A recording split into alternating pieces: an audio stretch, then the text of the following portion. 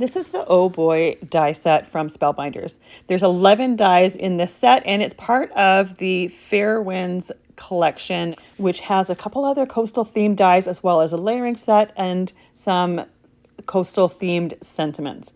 These dies are perfect accessories to go with those other die sets or to use on their own.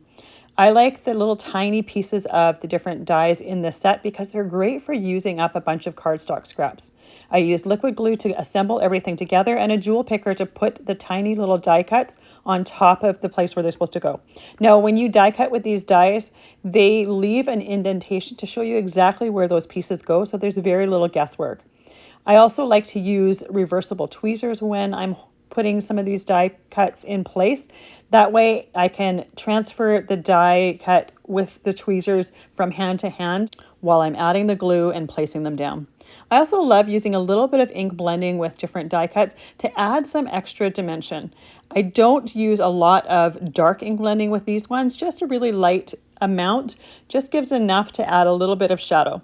For the seagull's eye, I like to use a dot of enamel accents in black. It adds some shine as well as a little bit of dimension.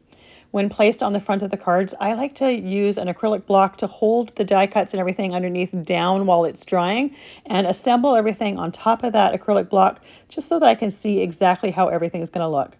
I love this die set. It's perfect to go with many other coastal dies to create cards or just to use it on its own.